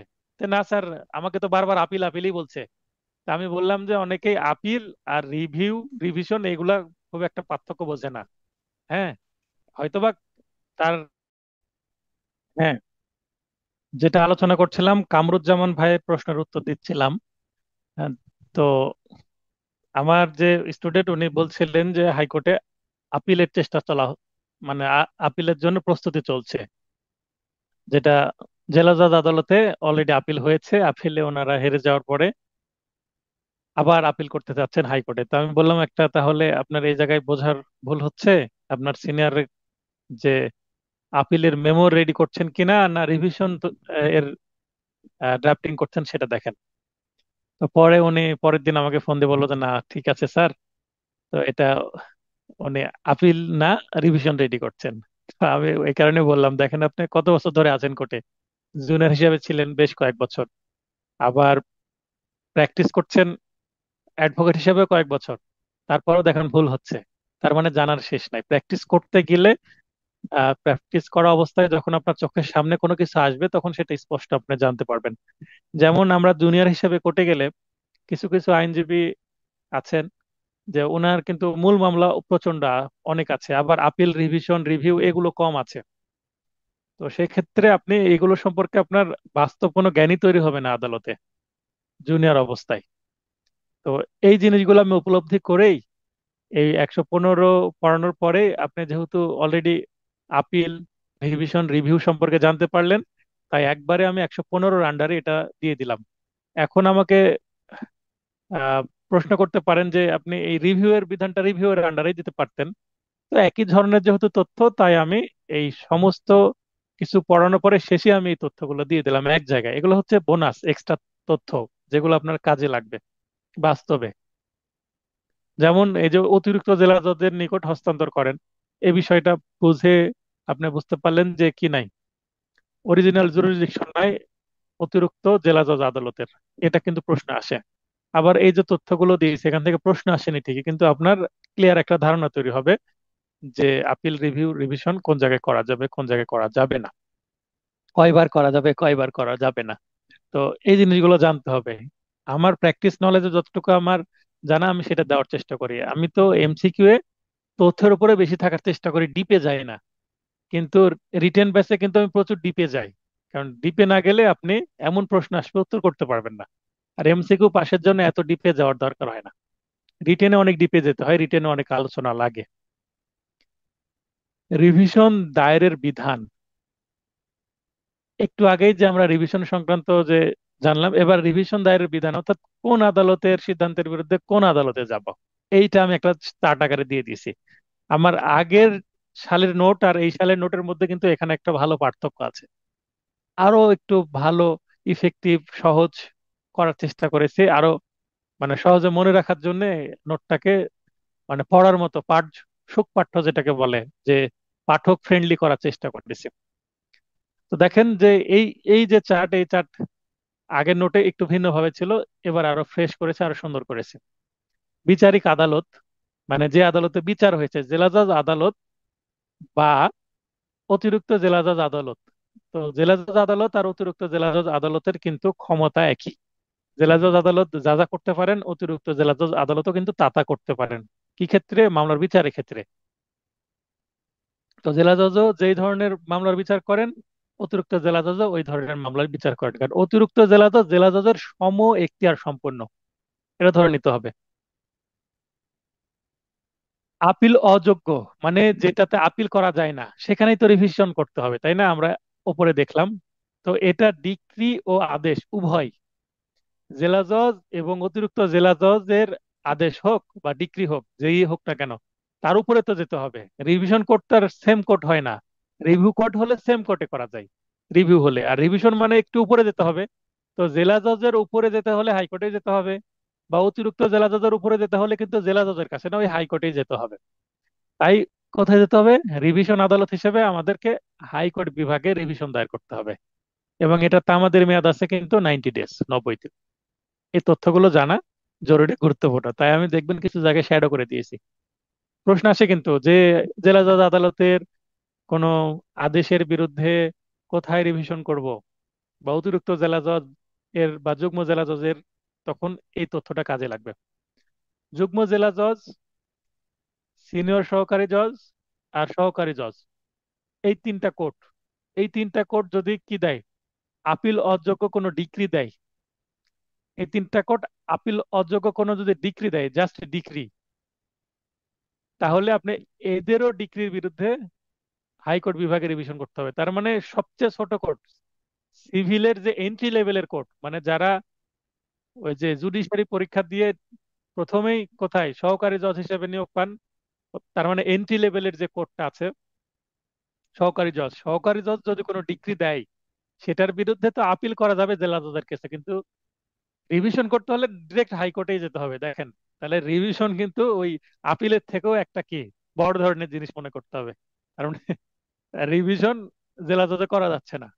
যদিও সহকারী জজ, সিনিয়র সহকারী জজ, ইভেন যুগ্ম জেলা জজের আদেশের বিরুদ্ধেও জেলা জজের কাছে আপিল করা যায় 5 কোটি টাকা পর্যন্ত, কিন্তু রিভিশন যদি মামলা 1 লক্ষ টাকারও হয়, তাহলে রিভিশন হাইকোর্টে যেতে হবে ডিগ্রির ক্ষেত্রে। জেলা জজের কাছে যাওয়ার সুযোগ নাই, এটাও 90 দিন।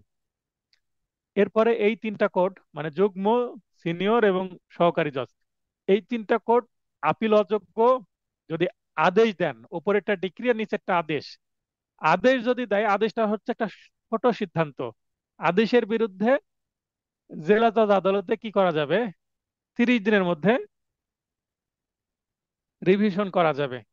তাহলে দেখেন, প্রথমে জেলা জজ এবং অতিরিক্ত জেলা জজের ক্ষেত্রে আপনার কম্বাইন্ড অবস্থায় ছিল, অর্থাৎ ডিক্রিও ছিল আবার আদেশও ছিল, যেটা হাইকোর্টে যেতে হতো।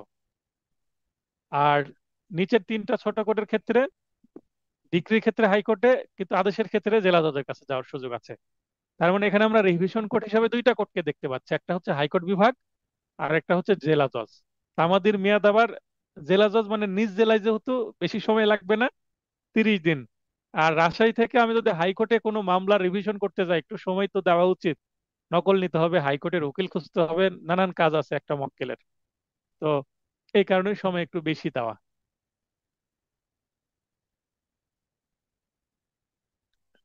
আবু জুয়েল, আপনাকে লাইনে আসার সুযোগ দিয়েছি।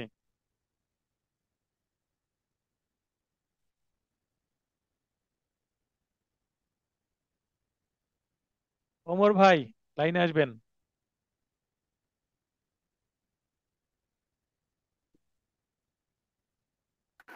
জি স্যার, সালাম আলাইকুম।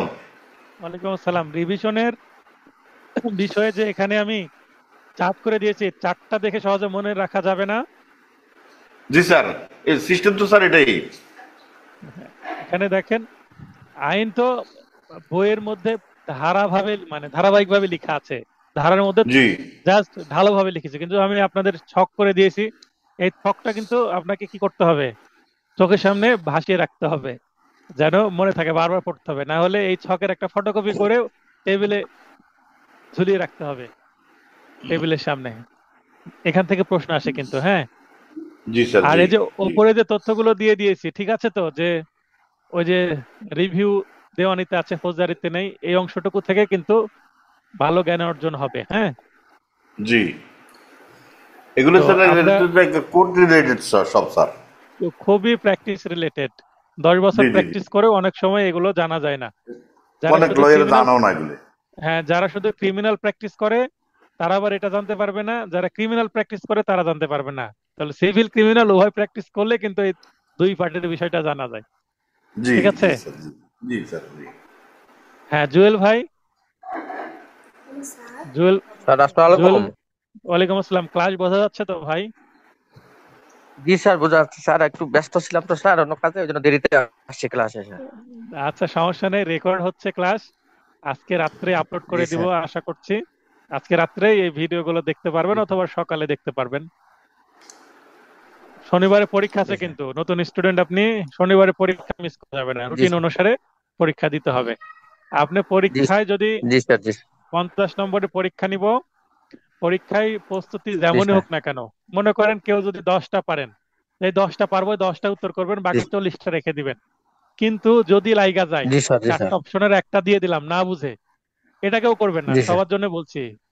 এবং আমার স্টুডেন্টের বাইরে যারা ইউটিউব ভিডিও দেখছেন, তারা যখন মডেল টেস্ট প্র্যাকটিস করবেন বা অন্য কোনো টিচারের কাছে পড়ছেন, একটা পরামর্শ দিচ্ছি, যখন আপনি টিচারের কাছে পরীক্ষা দিচ্ছেন নিজেকে যাচাইয়ের জন্য, যেটা জানেন না সেটা ফাঁকা রাখবেন, আর যেটা জি শিওর জানেন সেটা উত্তর করবেন, যেখানে কনফিউশন সেটা উত্তর করার দরকার নেই। কারণ আপনি জি জানেন স্যার। না, সেটা উত্তর করলেন, ভুল হলো। অনেকেই দেখি যে অনেকগুলো ছেড়ে দিয়েছেন, ভুল কম হয়েছে, এটা খুবই ভালো, সমস্যা নেই। আমি কোথায় কোথায় আপনার দুর্বলতা বুঝতে পারবো, কিন্তু আপনি 10টা প্রশ্নের জি উত্তর স্যার। আন্দাজি করলেন, মানে র্যান্ডমে আন্দাজি যেটাকে বলে, না বুঝে করে ফেললেন, এবং আপনার এই 10টার মধ্যে 5টা সঠিক হলো, তাহলে যে 5টা সঠিক হলো ওইটা কিন্তু না জেনে আপনি উত্তর করেছেন, এবং ওখানে আপনার দুর্বলতা আছে কিনা আপনিও বুঝলেন না, আমিও বুঝলাম না। তাই জি এখানে কি স্যার। করা যাবে না, চান্স বা সুযোগ নেওয়া যাবে না। প্রস্তুতি যথেষ্ট নেওয়ার চেষ্টা করবেন। প্রস্তুতি খারাপ হলেও জি পরীক্ষা দিবেন, প্রয়োজনে 10টা উত্তর করবেন, 40টা ছেড়ে দিবেন। Message clear? জি স্যার। ঠিক আছে, তাহলে আমরা ক্লাস আগাই। আপনার যদি আশেপাশে নয়েজ না জি হয় আপনি লাইনে থাকতে পারেন। তো এখানে দেখেন বেশ কিছু প্রশ্ন আছে, এগুলো এমসিকিউ পড়ে নেবেন। আমরা যে 96 থেকে 115 পড়লাম, কোন কোন জায়গা থেকে প্রশ্ন এসেছে সেটা এখানে জানতে পারবেন। দেখেন, কোড অফ সিভিল প্রসিডিউর অনুযায়ী নিচের কোনটি আপিল আদালতের এখতিয়ার? 2025 সালের প্রশ্ন এটা। তো এখানে হবে সবগুলো। মামলা চূড়ান্তভাবে নিষ্পত্তি করা, এটা 1 নম্বর পয়েন্ট ছিল। ইস্যু গঠন ও বিচারের জন্য প্রেরণ করা, এটা 2 নম্বর পয়েন্ট ছিল 107 ধারার ক্ষেত্রে। এবং অধিকতর সাক্ষ্য গ্রহণ করা, এটা ছিল 3 নম্বর পয়েন্ট, মানে অ্যাডিশনাল যে এভিডেন্স বা জবানবন্দি নেওয়া সেটা। তো এখানে দেখেন যে উত্তর হবে সবগুলো, এই তিনটাই করতে পারে আপিল আদালত। এটা একটা ইউনিক প্রশ্ন ছিল, আমার নোট থেকে কমন ছিল এটা। আচ্ছা, এরপরে আমরা চলে যাই পরবর্তী যে, আচ্ছা আর একটা দেখেন, আপসমূলক ডিক্রির বিরুদ্ধে প্রতিকার পাওয়া যায়, এই প্রশ্ন এসেছিল 2015 সালে। এখানে দেখেন, রিভিউয়ে, রেফারেন্সে, আপিলে, রিভিশনে। তো 4টা অপশন দিয়েছে, এর মধ্যে 2টা অপশন সঠিক, রিভিউয়েও আবার রিভিশনেও। আপোষমূলক ডিক্রির বিরুদ্ধে কিন্তু রিভিউ করা যায়, আবার রিভিশনও করা যায়। তার মানে এটার ক নম্বরও সঠিক উত্তর, আবার ঘও সঠিক উত্তর। তাই আমি এখানে ক ঘ দুইটাই উত্তর রেখেছি। আমি বলে দিচ্ছি যে যেখানে একাধিক অপশন সঠিক উত্তর, এমন প্রশ্নের উত্তর করা থেকে বিরত থাকাই ভালো, শ্রেয়। হ্যাঁ, তবে এটার যদি উত্তর করতেই হয় তাহলে ঘ হবে সঠিক উত্তর, কারণ রিভিশনটা এখানে স্পষ্ট। আর রিভিউয়ে অনেক সময় কি পাওয়া যায় না,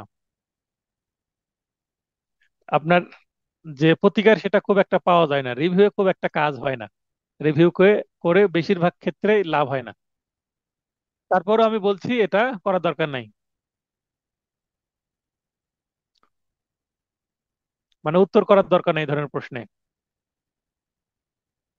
এরপরে আমরা পড়বো পার্ট 6, ধারা 122 থেকে 153। 153 পড়লে আমাদের ধারাগুলো কমপ্লিট হয়ে যাবে। 122, বিধি প্রণয়নে সুপ্রিম কোর্টের ক্ষমতা। তাহলে বিধি যে প্রণয়ন করবে, অর্থাৎ নতুন নতুন বিধি, আদেশের আন্ডারে যে বিধিগুলো আছে, তো সেগুলো নতুন যদি প্রণয়ন করার দরকার হয়, বা আগের বিধি পরিবর্তন করার দরকার হয়, বা রদ করার দরকার হয়, মানে বিধি অ্যামেন্ডমেন্ট করার ক্ষমতা কার আছে? সুপ্রিম কোর্ট করতে পারে। প্রথম তফসিলের যে কোনো বিধি রদ, পরিবর্তন বা নতুন বিধি সংযোজন করতে পারে। বলতে সেটা থামিয়ে দেওয়া, কার্যকারিতা নষ্ট করে দেওয়া, এক প্রকারের আমরা বাতিল বলতে পারি। 123, বিধি প্রণয়ন কমিটি, যে বিধি যে প্রণয়ন করবে, তো বিধি প্রণয়ন কমিটি থাকতে হবে। বিধি প্রণয়ন কমিটির সদস্য হবে মোট 6 জন। প্রধান বিচারপতি কর্তৃক নিযুক্ত কমিটির সদস্য হবেন মোট 6 জন। মানে বিধি প্রণয়ন কমিটি যে তৈরি হবে, এই বিধি প্রণয়ন কমিটির সদস্যরা কারা হবে? বিধি প্রণয়ন কমিটির সদস্যরা হবে হচ্ছে প্রধান বিচারপতি নিয়- নিয়োগ দিয়ে দিবেন। কাদেরকে? প্রধান বিচারপতি সহ, মানে প্রধান বিচারপতি নিজেকেও ওই বিধি প্রণয়ন কমিটির একজন সম্মানিত সদস্য হিসেবে রাখতে পারেন, অথবা ছাড়া।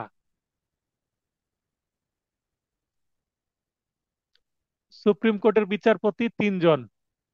তাহলে দেখেন, আমি প্রথমে লিখলাম প্রধান বিচারপতি সহ বা ছাড়া, মানে প্রধান বিচারপতি তো নিয়োগ দিবেন, উনি নিজেকে রাখতেও পারেন না, বা নিজেকে ছাড়াও 6 জন নির্বাচন করতে পারেন। নিজে থাকলে বাকি 5 জন থাকবেন এবং তিনি একা থাকবেন। তো প্রধান বিচারপতি কি, উনি সুপ্রিম কোর্টের একজন বিচারপতি। তো 3 জন হবেন সুপ্রিম কোর্টের বিচারপতি, 3 জন। অন্তত একজন জেলা জজ হিসাবে 3 বছর কর্মরত ছিলেন, মানে জেলা জজ হিসেবে 3 বছর কর্মরত ছিলেন, এই ধরনেরও বিচারক থাকবেন।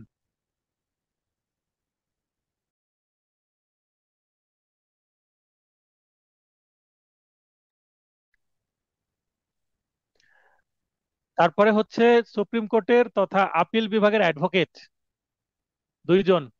আপিল বিভাগের অ্যাডভোকেট থাকবেন 2 জন, এবং হাইকোর্ট বিভাগের অধস্তন দেওয়ানি আদালতের জজ থাকবেন হচ্ছেন 1 জন। তাহলে কত হলো? 3 2 1, 6 জন। একজন সচিব থাকবেন। এই সচিব কিন্তু বিধি প্রণয়ন কমিটির যে কাজকর্মগুলোকে কি করে দিবেন, ওই লেখালেখির কাজগুলো ওনারা কমিটি তৈরি করবেন এবং সেটা ফাইনালাইজ করতে সচিব হেল্প করবেন। বিধি কমিটির সদস্য হিসেবে তাকে বিবেচনায় নেওয়া হবে না, তার মানে ওই বিধি কমিটির কি হেল্পিং হ্যান্ড হিসেবে একজন সচিব থাকবেন। তো এই হচ্ছে প্রণয়ন কমিটি। 128, মূল কার্যবিধির সাথে অসামঞ্জস্যতাপূর্ণ হবে না কি ওই বিধিগুলো। বিধি প্রণয়ন কমিটি যে বিধি তৈরি করবে, মূল কার্যবিধি যে ধারাগুলো আমরা পড়ছি এই ধারার সাথে সাংঘর্ষিক হবে না, অথবা এর আগে থেকেই যে বিধি আছে সে বিধি রেখে, মনে করেন একটা বিধিতে এক কথা বললো, আবার আরেকটা বিধিতে ওই বিষয়ে একটু ভিন্ন কথা লিখলাম। এক বিধিতে বলছে এই ক্ষেত্রে আপিল করা যাবে, আরেক বিধিতে বলছে আপিল করা যাবে না, তাহলে তো সাংঘর্ষিক হয়ে গেল, মানে অসামঞ্জস্যপূর্ণ হয়ে গেল, ম্যাচিং করলো না। তো যেন ম্যাচিং করে এইভাবে করতে হবে বিধি, এমন বিষয়ে বিধি প্রণয়ন করতে পারে। 132, বিধি কতিপয় মহিলার ব্যক্তিগত হাজিরা থেকে অব্যাহতি। দেখেন এই যে হাজিরা থেকে অব্যাহতি, এগুলো কিন্তু আমরা কোথায় দেখেছি? এর আগেই প্রথম ক্লাসে আমরা দেখে নিয়েছিলাম যে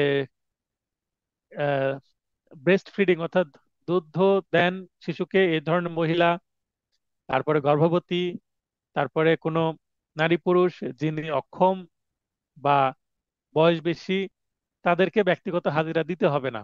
এটা কিন্তু আমরা অলরেডি দেখেছি। তো এখানে কি বলছে অতিরিক্ত? যে মহিলাকে দেশের প্রথা ও রীতি অনুসারে জনসম্মুখে আনা যাবে না, মানে এমন মহিলা যে অনেক শালীনতা মেনটেন করে কিছু কিছু সমাজ ব্যবস্থায়, যে উনি বাইরেই বের হন না, এরকমও মহিলা থাকতে পারে। অথবা খুব সম্ভ্রান্ত পরিবারের মহিলা যিনি হিজাব বা অন্যান্য সারা বাইরে বের হন না, মানে তার কণ্ঠ অন্য কোনো পুরুষ শুনতে পারবে না, এরকমও কিছু কি করেন, শালীনতা মেনটেন করে চলেন। তাহলে তিনি ব্যক্তিগত হাজিরা থেকে অব্যাহতি পাবেন, তার মানে তাকে আদালতে আসতে হবে না। তবে যে মহিলাকে গ্রেপ্তার করতে নিষেধ নেই তাকে গ্রেপ্তারি পরোয়ানা জারির মাধ্যমে গ্রেপ্তার করা যাবে। তার মানে নির্দিষ্ট কিছু মানুষকে এখানে প্রিভিলেজ দেওয়া হয়েছে, ওই ধরনের মহিলাদেরকে সুযোগ সুবিধা, যে তাদেরকে প্রিভিলেজ আর ইমিউনিটি বলা হয়, যে অব্যাহতি দেওয়া হয়েছে, যে তাদেরকে আদালতে আসতে হবে না, আদালতের বাইরে থেকে অ্যাডভোকেট দিয়ে কাজ করে নিতে পারবেন। 133, অন্যান্য ব্যক্তিবর্গ যেমন সামাজিক মর্যাদাপূর্ণ বা গেজেটে প্রকাশিত ব্যক্তিবর্গ ব্যক্তিগত হাজিরা থেকে অব্যাহতি পাবে না। গেজেটের মাধ্যমে কি হয়, যেমন বিসিএস ক্যাডার হলে গেজেট প্রকাশ হয়। তো তাদের আবার সামাজিক মর্যাদাপূর্ণ বেশ কিছু ব্যক্তি আছেন সুশীল সমাজের বা অন্যান্য ক্ষেত্রে, তাদেরকেও কিন্তু ব্যক্তিগত হাজিরা থেকে মুক্তি দেওয়া হয়েছে।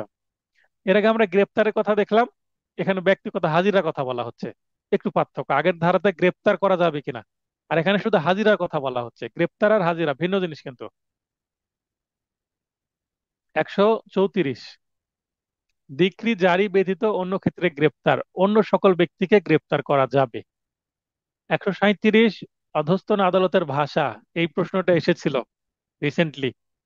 সরকার ঘোষিত ভাষা, সরকার যে ভাষা ঘোষণা করবে সেটাই।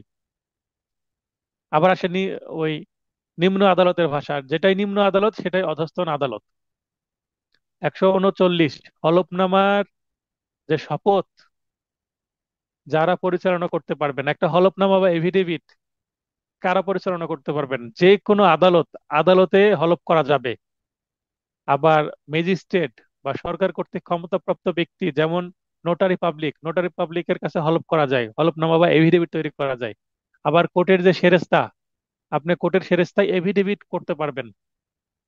বা সুপ্রিম কোর্ট কর্তৃক এই উদ্দেশ্যে নিয়োগপ্রাপ্ত কোনো যদি অফিসার হয় তাদের কাছে হলফ করা যাবে, মানে এফিডেভিট করা যাবে। 144, প্রত্যর্পণ বা পুনরুদ্ধারের জন্য আবেদন যে আদালতে দাখিল করতে হবে। ভ্রমাত্মক রায়ে প্রাপ্ত ডিক্রি পরিবর্তন, রদবদল বা বাতিল হলে ডিক্রি প্রদান করে আদালতে পুনরুদ্ধারের আবেদন করতে হবে। তার মানে মামলাকে রিভাইভ করা যাবে, পুনরুদ্ধারের জন্য নতুন মোকদ্দমা করার দরকার নেই। মানে মামলা কোনো কারণে কি হয়ে গেছে, পরিবর্তন রদবদল বাতিল হয়ে গেছে, তখন এই মামলাকে মানে মামলা মৃত হয়ে গেলে তাকে আবার নতুন ভাবে জীবন দেওয়া যাবে, এটাই মানে মৃত মামলাকে আবার জীবিত করা যাবে। এটা 144 ধারার কথা বলা হচ্ছে। 144 খুবই ইম্পর্টেন্ট সেকশন, ভাইভাতে কিন্তু প্রশ্ন করে।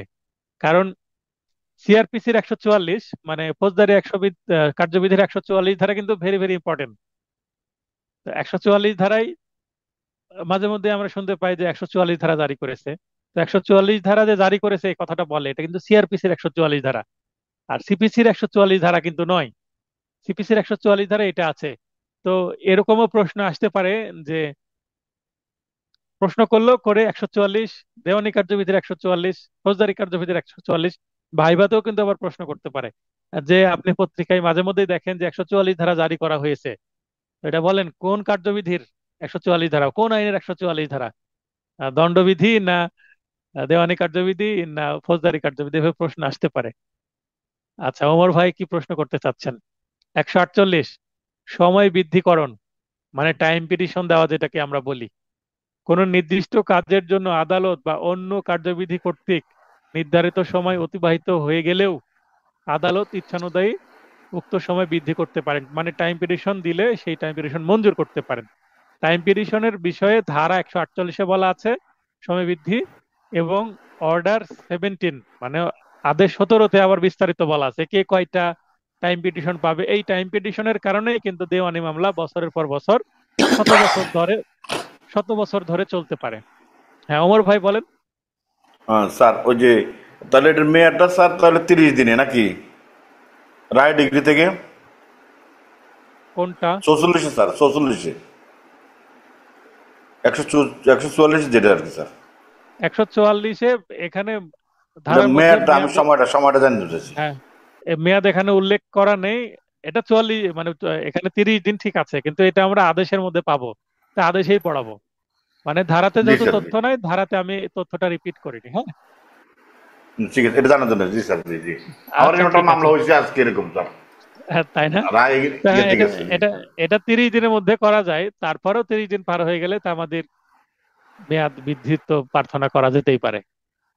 আচ্ছা, ঠিক আছে স্যার, জি তো জি ঠিক স্যার, জি। আছে। 151, আদালতের অন্তর্নিহিত সহজাত ক্ষমতা। তো আদালতের অন্তর্নিহিত বা সহজাত ক্ষমতা মানে জন্ম থেকে আদালতের যে ক্ষমতাগুলো দেওয়া হয়েছে, খুবই গুরুত্বপূর্ণ।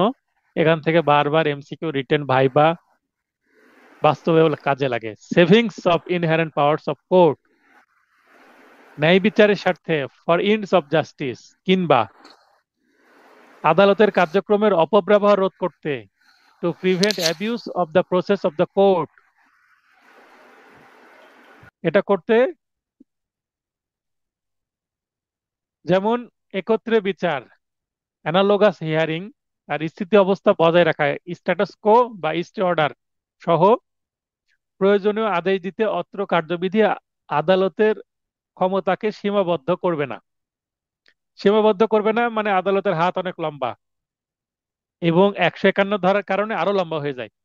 যেমন আমরা যখনই কোনো মামলায় আর্জি বা লিখিত জবাব সংশোধন করতে চাই, যেটা করার সুযোগ নেই সাধারণত, বা দেরি হয়ে গেছে এরকম সিচুয়েশন, বা গ্রাউন্ডস আমার স্ট্রং না, তখন 151 ধারা যুক্ত করে দিই। 151 ধারা যুক্ত করে দিয়ে বলি, ইওর অনার আপনার তো হাত অনেক লম্বা, আপনি চাইলেই করতে পারবেন, আপনার অন্তর্নিহিত ক্ষমতা ব্যবহার করে হলেও আমাকে এটা মঞ্জুর করেন। তাই আমরা ওই সংশ্লিষ্ট আদেশ বিধির সাথে 151 ধারা যুক্ত করে দিই। মানে 151 ধারা দিলে আদালত একটু খুশি হয় মনে হয়, কারণ ওনাকে স্মরণ করে দেওয়া যে আপনার একটা কি অনেক বড় ধরনের ক্ষমতা আছে। এটাকে আবার বলে টু ডু জাস্টিস, মানে ন্যায় বিচার করা, এন্ড টু আনডু ইনজাস্টিস, অর্থাৎ অন্যায়কে রোধ করা। এক কথায় এটা আমরা বলতে পারি। এর ক্ষেত্রেও আদালত সহজাত ক্ষমতা প্রয়োগ করতে পারে। তো এই সহজাত ক্ষমতা সম্পর্কে এতটুকুই আছে, যখন আমরা রিটেন পড়বো তখন 2-3 পেজের একটা নোট দিয়ে দিব জাস্ট সহজাত ক্ষমতার উপরেই। তো এখানে আরেকটু তথ্য অ্যাড করে দিয়ে আপনারা নোটও নিতে পারেন। যখন ফৌজদারি কার্যবিধি দেখবো, ফৌজদারি কার্যবিধিতে কিন্তু আপনার 561 তে বলা আছে ইনহেরেন্ট পাওয়ার, এবং সেখানে উল্লেখ করে দিয়েছে হাইকোর্ট বিভাগের সহজাত ক্ষমতা। তার মানে ফৌজদারি কার্যবিধি বা ফৌজদারি বা ক্রিমিনাল কেসের ক্ষেত্রে শুধুমাত্র হাইকোর্ট বিভাগেরই সহজাত ক্ষমতা আছে, কিন্তু সিভিল কোর্টের ক্ষেত্রে এটা উল্লেখ নাই যে কোন কোর্টের। যেহেতু উল্লেখ নাই, তখন সকল কোর্টের। তার মানে সহজাত ক্ষমতা দেওয়ানির ক্ষেত্রে সহকারী জজ, সিনিয়র সহকারী জজ, যুগ্ম জেলা জজ, জেলা জজ, অতিরিক্ত জেলা জজ, হাইকোর্ট সহ সকল আদালতের যত যার যার সিভিল এখতিয়ার আছে, সকল আদালতে কি করতে পারবেন? সহজাত ক্ষমতা প্রয়োগ করতে পারেন, ছোট কোর্ট থেকে শুরু করে বড় কোর্ট সবগুলোই। সিভিলের ক্ষেত্রে, কিন্তু ক্রিমিনালের ক্ষেত্রে শুধুমাত্র হাইকোর্ট। এটা মনে রাখবেন, ভাইভাতে প্রশ্ন আসতে পারে। 152, রায়, ডিক্রি ও আদেশসমূহ সংশোধন। একটা কথা আছে এখানে, লিখে লিখতে পারেন যে হাকিম নড়বে কিন্তু হুকুম নড়বে না। হাকিম নড়বে বা কিন্তু হুকুম নড়বে না, এটার অর্থ কে বলতে পারবেন? হাকিম নড়বে কিন্তু হুকুম নড়বে না, এই কথার অর্থ কে বলতে পারেন? মাসেদ ভাই বলেন তো এর অর্থ কি? আর এটা দ্বারা বুঝাইতেছে যে রায় অবিচল থাকবে, হয়তো বিচারক চেঞ্জ হবে। হ্যাঁ, বিচারক চেঞ্জ হতে পারে, মানে মানুষ ভুল করতে পারে, কিন্তু তার যে সিদ্ধান্ত, রায়, ডিক্রি, আদেশ, এটা চেঞ্জ করা যাবে না। মানে একবার সিদ্ধান্ত দিয়ে দিলে সেটাই কি উনি চেঞ্জ করতে পারবে না, যদি রিভিউ করা না হয়। জি যে স্যার। আমি লিখলাম, লিখে কেটে আমি আবার সংশোধন করব, এই সুযোগ নাই। বুঝতে পেরেছেন? মনে করেন আজকে একটা মামলার রায় দিলেন, তো যেটা লিখেছেন ওইটা উনি চেঞ্জ করতে পারবেন না। ডিক্রি দিলেন, সেটা চেঞ্জ করতে পারবেন না। ওনার কাজ উনি করে ফেলেছেন, একবার করলে এটার ঘুরে ঘুরে তাকানো যাবে না, ফিরে তাকানোর সুযোগ নেই। এটাকে বলে হচ্ছে হাকিম। হাকিম মানে বিচারক, তাই না? হাকিম বলতে বিচারক। হাকিমের জি স্যার। ইংরেজি ইংরেজি যদি বলি, তো অনেক সময় ম্যাজিস্ট্রেটের বাংলা কিন্তু হাকিম করা হয়, ম্যাজিস্ট্রেটের বাংলা হাকিম করা হয়, কিন্তু হাকিম বলতে সকল বিচারককে বোঝানো হয়েছে। আদালত নিজস্ব উদ্যোগে বা যে কোনো পক্ষের আবেদন ক্রমে, নিজস্ব উদ্যোগে মানে সুমোটো, নিজস্ব উদ্যোগ মানে সুমোটো হয়ে, অথবা যে কোনো পক্ষ যদি আবেদন করে যে ইওর অনার একটু তো ভুল হয়ে গেছে। কেমন ভুল? আপনি রায়ে দিয়েছেন হচ্ছে 5 লক্ষ টাকার রায়, কিন্তু ডিক্রিতে ভুল করে 5 লক্ষ হয়ে গেছে হচ্ছে 50,000, একটা শূন্য কমে গেছে। তো এই যে একটা শূন্য কমে গেল বা বেড়ে গিয়ে গেলে, এটা রায় ডিক্রির অনেক ক্ষতি হয়ে গেল না? পক্ষের তো ক্ষতি হবে, হবে না? জি স্যার। তো এইটা তো সংশোধন করতে হবে, তাই না?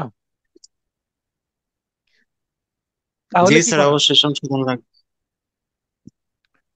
তাহলে যদি কোনো ভুল ত্রুটি হয়ে যায়, কেমন ভুল ত্রুটি? যেমন করণিক, করণিক মানে ক্ল্যারিক্যাল, ওই যে সেরেস্তাদার লিখতে গিয়ে ছোটখাটো ভুল হয়েছে, তার মানে হয়তো বা বাদীর জায়গায় বিবাদীর নাম লিখে ফেলছে, বা ওই 5 লক্ষ টাকার কাছে 50,000 লিখে ফেলছে, একটা শূন্য কম বেশি, বা 5,000 লিখে ফেলেছে, 50,000 হবে, এরকম যদি হয়ে যায়। গাণিতিক বা আকস্মিক ভুল, ভ্রান্তি বা বিচ্যুতি শুদ্ধ করতে পারবে কে? করতে পারবে? আদালতই করতে পারবে, মানে হাকিমই করতে পারবে। কোন রায়, ডিক্রি ও আদেশের শুধুমাত্র এই জায়গাগুলো, ছোট ছোট বিষয়গুলো পরিবর্তন করতে পারবে, মানে সিলি ম্যাটার্স, কিন্তু বড় বিষয় পরিবর্তন করা যাবে না। মনে করেন বাদীর পক্ষে অলরেডি কি দিয়ে দেওয়া হয়েছে, ডিক্রি দিয়ে দেওয়া হয়েছে, এখন পরিবর্তন করে এই ডিক্রি বাতিল করা যাবে না। মানে এই এই ডিক্রি বাতিল করে, মানে একটা মামলা বাদী জিতে গেছে, এটা সংশোধন করে বিবাদীকে জিতিয়ে দেওয়া যাবে না, মানে আমূল পরিবর্তন করা যাবে না। ছোটখাটো ভুল হয়েছে, সেই ত্রুটিটা সংশোধন করা যাবে। যে ত্রুটিটা কি? মনে করেন আরজিতে একটা কথা আছে, তো আরজির সাথে কম্পাইল করছে না, মানে ম্যাচ করছে না, মিসম্যাচ হয়ে গেছে ওই সংখ্যা বা অন্য কোনো বিষয়টা, তোমার নামের বানানে ভুল হয়েছে, তো এগুলো সংশোধন করা যাবে। 153, কার্যধারার ত্রুটি সংশোধন করার সাধারণ ক্ষমতা। আচ্ছা, 52-তে দেখেন দুইটাই কিন্তু ত্রুটি সংশোধন। 52-তে হচ্ছে রায়, ডিক্রি ও আদেশ সংশোধন। রায়, ডিক্রি ও আদেশ সংশোধন মানে আদালতের সিদ্ধান্তের সংশোধন। কিন্তু 153 ধারা হচ্ছে কার্যধারার ত্রুটি। কার্যধারা মানে প্রসিডিং, মানে একটার পর একটা যে স্টেপ আসবে। এই দেওয়ানি কার্যবিধি প্রথমে যে ধাপ আমি শিখিয়েছিলাম, ওই ধাপের মধ্যে যদি কোনো ভুল হয়ে যায়, মনে করেন এডিআর দিতে ভুলে গেছে, লিখিত জবাব দিয়েছে, ডিরেক্ট মামলাটাই দিয়ে দিয়েছে ইস্যু গঠনের জন্য, মাঝখানে যে এডিআর এর জন্য রাখতে হবে এটা দিতে ভুল করেছেন, তো আবার এডিআর এ ব্যাক আসতে পারেন। এটাকেই হচ্ছে ত্রুটি সংশোধন কার্যধারার। মানে একটা পর একটা যে স্টেপ যায়, ধাপ যায়, এই ধাপে কোনো ভুল হয়ে থাকলে ওই ধাপটা সংশোধন আদালত করতে পারবেন, মানে ওই ধাপে আবার যেতে পারবেন। মানে আপনার ব্যাপারটা এরকম, আপনি যাবেন হচ্ছে 7 তলায়, কিন্তু লিফটে উঠেছেন, আপনি সাথে চেপে দিয়েছেন। আপনি 7 তলায় যাবেন, লিফটের আবার 7 চেপেছেন, তো লিফটের যদি 7 বাটন চাপেন তাহলে তো চলে যাবে 8 তলায়, তাই না? তাহলে আপনাকে কি করতে হবে, 8 তলায় যাওয়ার পর যদি বুঝতে পারেন যে হ্যাঁ আমি তো একতলায় বেশি উঠে এসেছি, তখন আপনাকে আবার লিফটের ভিতরে ঢুকে 6 চাপতে হবে। কারণ 6 চাপলে আপনি 6 তলায় নামতে পারবেন। তার মানে ওই যে উপরে নিচে করা যাবে স্টেপ গুলো। প্রকৃত প্রশ্ন ও বিচার্য বিষয় নির্ধারণের উদ্দেশ্যে যে কোনো সময় খরচা সহ কার্যধারা ত্রুটি সংশোধন করা যাবে। এখন আদালত নিজেই তো তার ত্রুটি সংশোধন করে নিতে পারেন, কিন্তু যদি কোনো মক্কেল বলে যে স্যার আমার এখানে একটু ভুল আছে, আমি এটা সংশোধন চাচ্ছি, তখন খরচা দিতে পারে আদালত। খরচা দিয়ে যে কোনো সময় সেই ত্রুটি সংশোধন করে নিতে পারে, বাদী পক্ষ হোক বা বিবাদী পক্ষ হোক। তো আজকের আলোচনা এতটুকুই। কারো প্রশ্ন থাকলে হাত উত্তোলন করে প্রশ্ন করতে পারেন। আচ্ছা, বাসেত ভাই, লিফটের যে জি উদাহরণ স্যার। দিলাম সেটা সেটা তো বুঝতে পারলেন নাকি? জি স্যার, অবশ্যই।